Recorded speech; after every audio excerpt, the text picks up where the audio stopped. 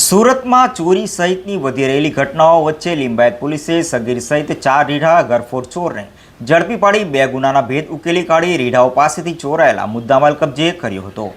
Surat police commissioner Anupamsinh Gehlot, અધિક police commissioner sector number Balram Meena, DCP zone 2 doctor કાનંદ દેસાઈ અને એસીપી ડી ડિવિઝન વીએમ જાડેજાની સૂચના લઈને લિંબાયત પીઆઈ ડીડી ચૌહાણની સૂચના મુજબ અને માર્ગદર્શન હેઠળ શરીર સંબંધી અને મિલકત સંબંધી ગુનાઓમાં નાસ્તા ફરતા આરોપીઓને ઝડપી પાડવા માટે એએસઆઈ કે ચૌધરીની ટીમ તપાસમાં હતી। ત્યારના head constable Shaileshsinh કાળાભાઈ, અનામ police constable અનિલભાઈ અમરસિંહભાઈ મળેલી બાતમીના આધારે એક સગીર સહિત રીઢા ઘરફોડ ચોર લિંબાયત મીઠી ખાડી ખાતે આવેલા સહેલાની ચોકમાં રહેતા મોઇન ઉર્ફે ચીરી લુકમાન શેખ, લિંબાયત ગાંધીનગરમાં રહેતા સમીર ઉર્ફે રિઝવાન ઉર્ફે મચ્છી શરીફ ખાટકી અને હનીફ ઉર્ફે શહીદ ઉર્ફે કાલિયા સફીક શેખને ઝડપી પાડ્યા હતા। પોલીસે રીઢાઓ પાસેથી સોનાના દાગીના રોકડ મળી 1,12,000થી વધુની માત્રા કબજે કરી હતી। તો રીઢાઓએ લિંબાયત વિસ્તારમાં 2 ઘરફોડ ચોરીને અંજામ આપ્યો અને કબૂલાત કરતા રીઢાઓની વધુ તપાસ લિંબાયત પોલીસે હાથ ધરી છે।